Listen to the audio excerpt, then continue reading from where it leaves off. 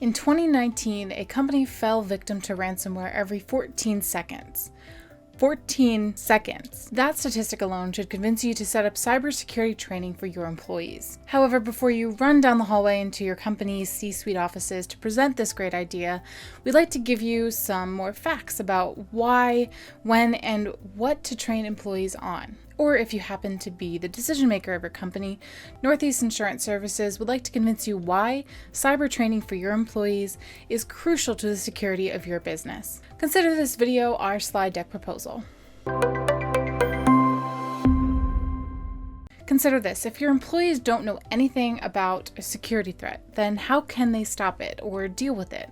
If your answer was that they can't, then you'd be correct. Even though technology has reached nearly every part of our lives, there's a startling fact that we want you to know. It's the employees, not the technologies, that are the most common entry points for a phishing scam. The first step in your journey to training your employees is to accept that employees are humans and they will make mistakes. The when. When should you start training your employees? Immediately and frequently. Make training mandatory for new employees to show the new hires just how much your company cares about cybersecurity.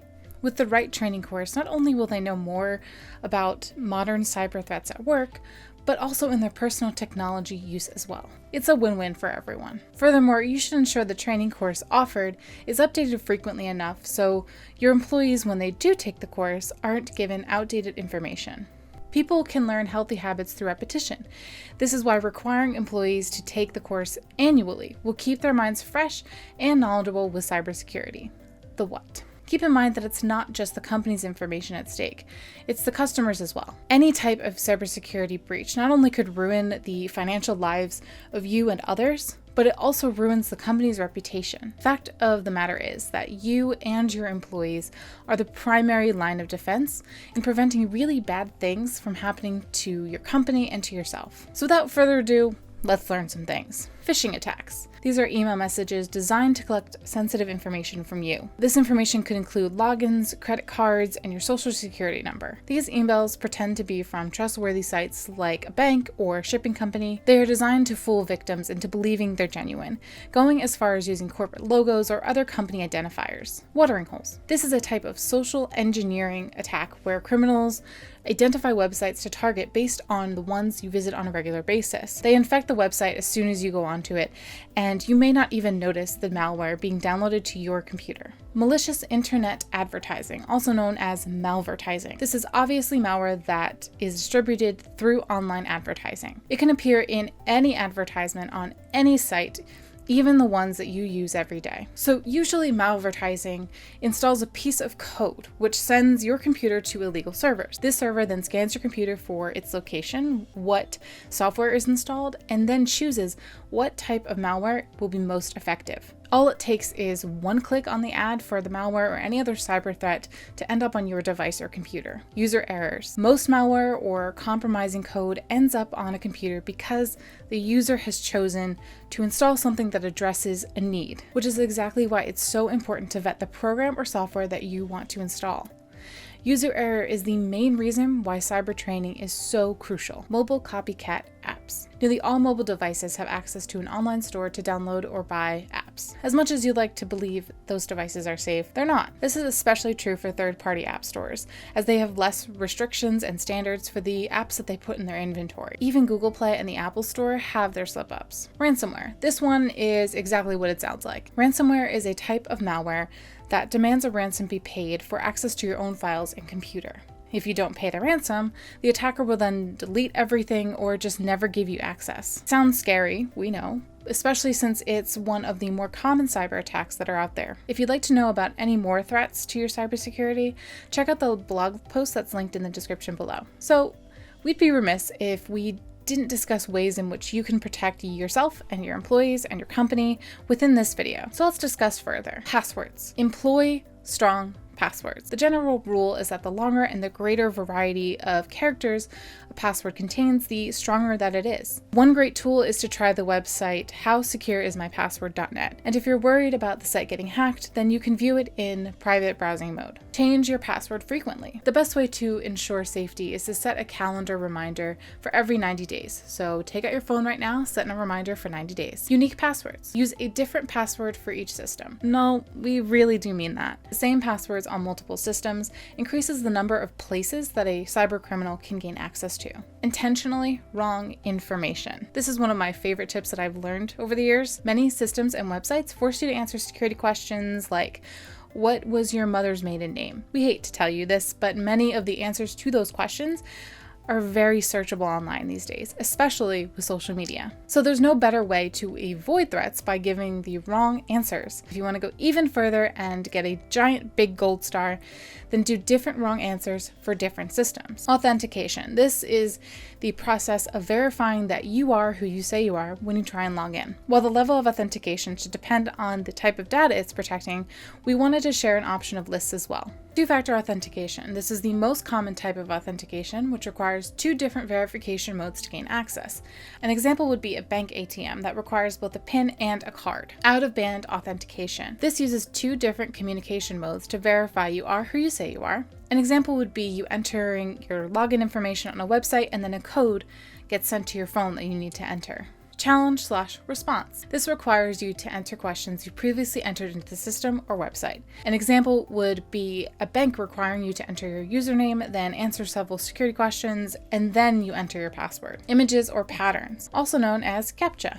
This requires you to enter letters and/or numbers that are provided in an image. This prevents robots or automated dictionary attacks from gaining access. As much as we all joke about not being a robot, this method is very effective in keeping your information safe. Biometrics. Just like a sci-fi movie, this type of security requires biological characteristics like your fingerprint, iris, face, or voice to gain access to a system. They're difficult to spoof, but also can result in false rejections. While it may seem overkill for most systems, it is something to keep in mind if your company holds confidential data. Email. When you hear people talk about cybersecurity or cyber attacks, usually they're thinking about emails. And it's for good reason, since emails are the most common method for distributing phishing attacks. Since this is a topic that's all but beaten into you, I'll be short. Be skeptical of any emails you receive and go with your gut feeling. Be careful when reviewing quarantine messages since the spam filters aren't usually wrong. Don't click before you're certain that the link or attachment is safe. And a special bonus round of information just for this video, a list of questions to ask yourself when receiving an email. Do you recognize the sender's email address or anyone else copied on the email? Is the domain and the email address spelled correctly? Does the subject line make sense? Would you normally receive an email from that company or individual? And did you receive that email at an unusual time, like 3:30 a.m.? Consumer file sync and share tools. Tools like Microsoft OneDrive, Dropbox, and Google Drive allow you to make files available on various computers and devices, but they are an easy target for malware. Ensure that any device that you may use to access these files is on the same level of security. This is especially important for those that often work from home, mobile devices. This category doesn't just include smartphones, but tablets as well. While they are incredibly useful for their mobility, they are one of the easier ways for cybersecurity to be breached. Here are some ways to defend yourself and your data. Use password protection. Disable auto username and password completion, no matter how tempting it is. Always install security updates. Be sure you can wipe your data if the device is lost or stolen. Be careful when using public Wi-Fi networks since they are less secure. Use a hotspot on a trusted phone or encrypted VPN. Disable file sync and share when connected to a public network. Be careful when entering sensitive or confidential information. Only go to URLs that begin with HTTPS. Use only safe stores such as Apple or Google Play. If you can get segmented technologies, then do it. This means that if you need to wipe data because you leave the company, then your personal data stays, but the company data goes. Social media. We're sure you've at least heard a mention of Facebook's issues with dealing with personal information. This is unfortunately just the tip of the iceberg. Personally and professionally, it can help you connect with anyone around the world, but that has a negative side too. Not only can social media accounts be hacked by cybercriminals through the social platforms, but they can also get in through third-party app connections or password cracking. Twitter is a prime example of the need to use shorter URLs to share. While this may be helpful to disseminating information, it's risky to just click on a link. It's much easier these days for a link to disguise a malicious site. Malvertising is also rampant on social media, and it's only getting worse. When in doubt, don't click the link. It's also a breeding ground for scams and offers that trick users into giving up sensitive information. Don't be surprised to learn that a friend or family member bought something through an Instagram ad and are out $50. True story, by the way. So overall for social media, here are the best ways to defend yourselves. Don't overshare information. You've heard the advice to avoid posting when you're going to be on vacation on Facebook. It's for good reason. It's the same idea when it comes to posting your location, your vacation photos, medical conditions, anything that really can be used against you.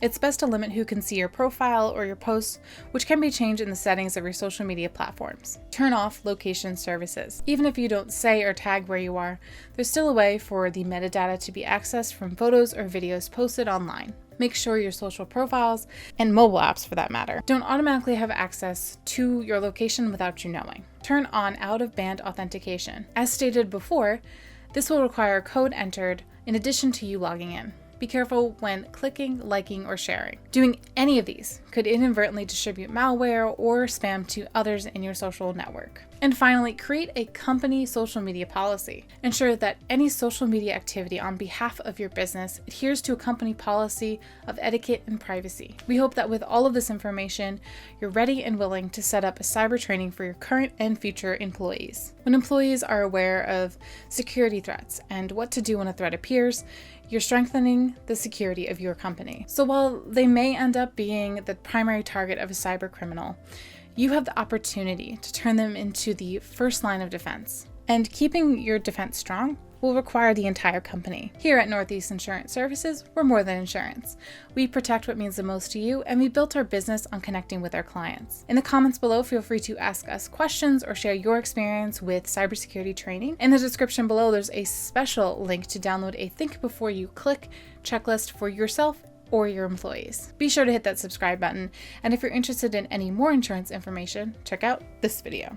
Thank you for watching, and we'll see you next time.